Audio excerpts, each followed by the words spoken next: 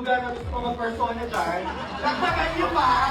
Para po sa mga naniniwala dito sa taong ito at naloloko niya, kailangan daw po niya ng donasyon ninyo para matustusan ang kasong isinampa po sa kanya. At sa pahayag nga ni Vega, sinabi nito na mas kailangan niya ng tulong ngayon.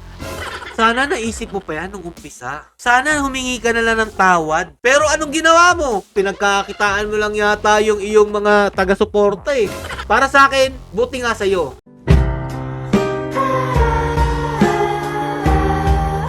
Yo, what's up mga Lods? It's again, Peps TV. Welcome back po sa ating YouTube channel at sa ating Facebook page.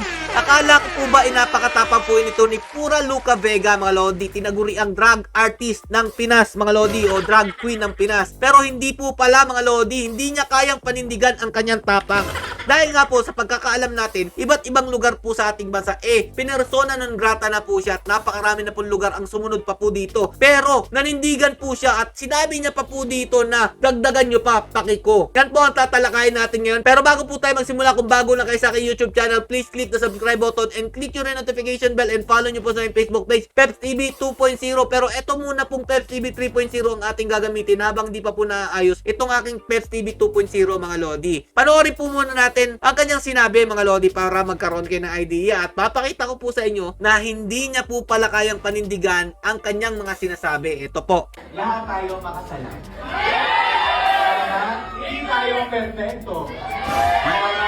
Ganun pa man, do unto others what you want others to do unto you.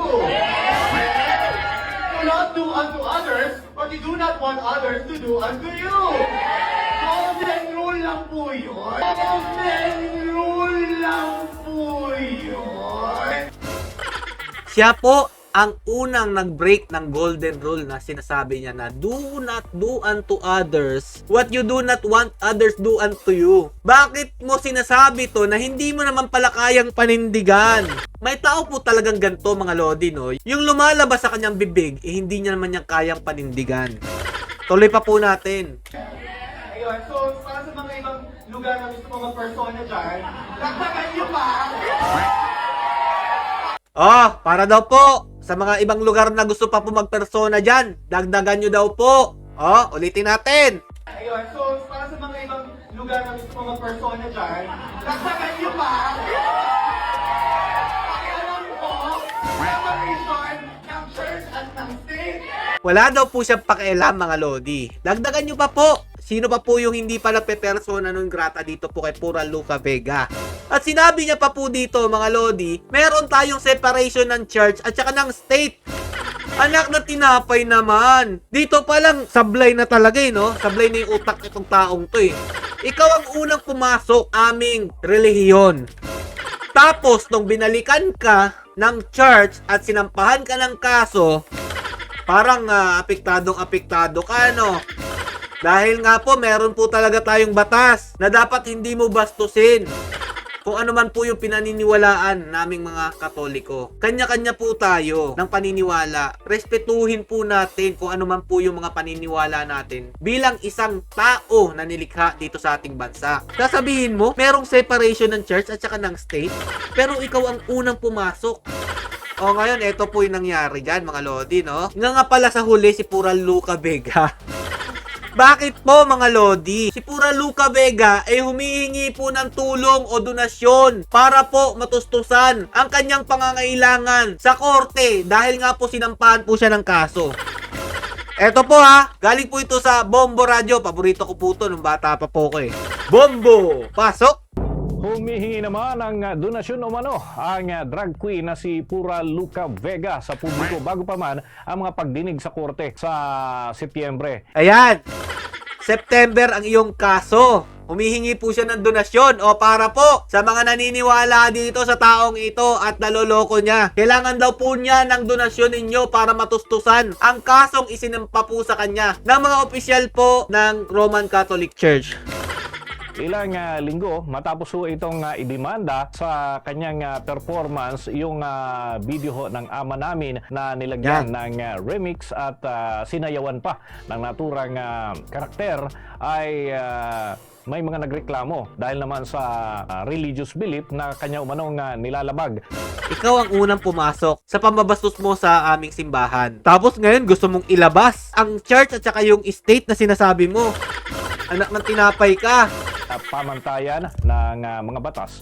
At sa pahayag nga ni Vega, sinabi nito na mas kailangan niya ng tulong ngayon. Ang mga donasyon daw ay mapupunta sa pamilya nitong si Vega at sa pagkain para naman sa kanilang nalalapit na court hearings.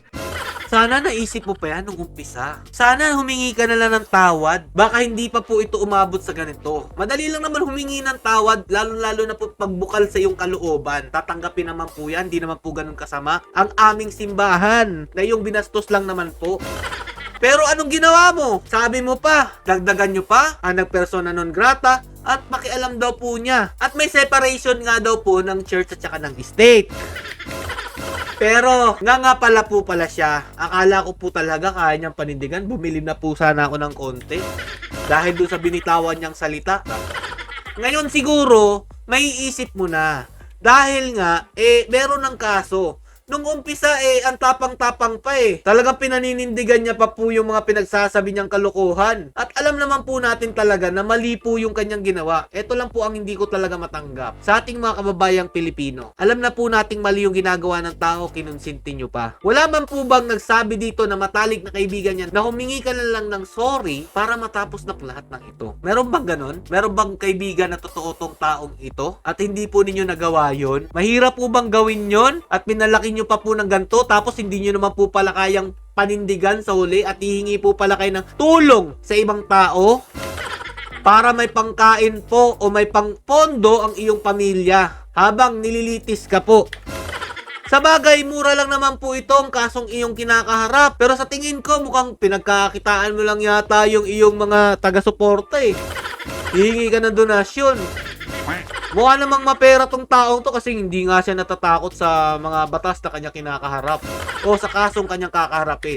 Ayan, para sa akin, buti nga sa'yo. Kung hindi kasi nangyari to mga Lodi, hindi niya po maiisip na mali po pala yung ginagawa niya. Sana maging aral sa'yo to, Pura Luca Vega. Marami pa pong pwedeng gayahin, i-impersonate, pero wag naman po sana yung nakakabastos sa isang pinaniniwalaan na relihiyon. Respetuhin po natin ang ating mga kanya-kanyang paniniwala. Mapa-Muslim ka man, iglesia, at kung ano-ano pa pong relihiyon dyan. Pantay-pantay po tayo. Sa mata ng Diyos, anak po niya tayong lahat. Stay safe mga Lods and God bless you all. Peace.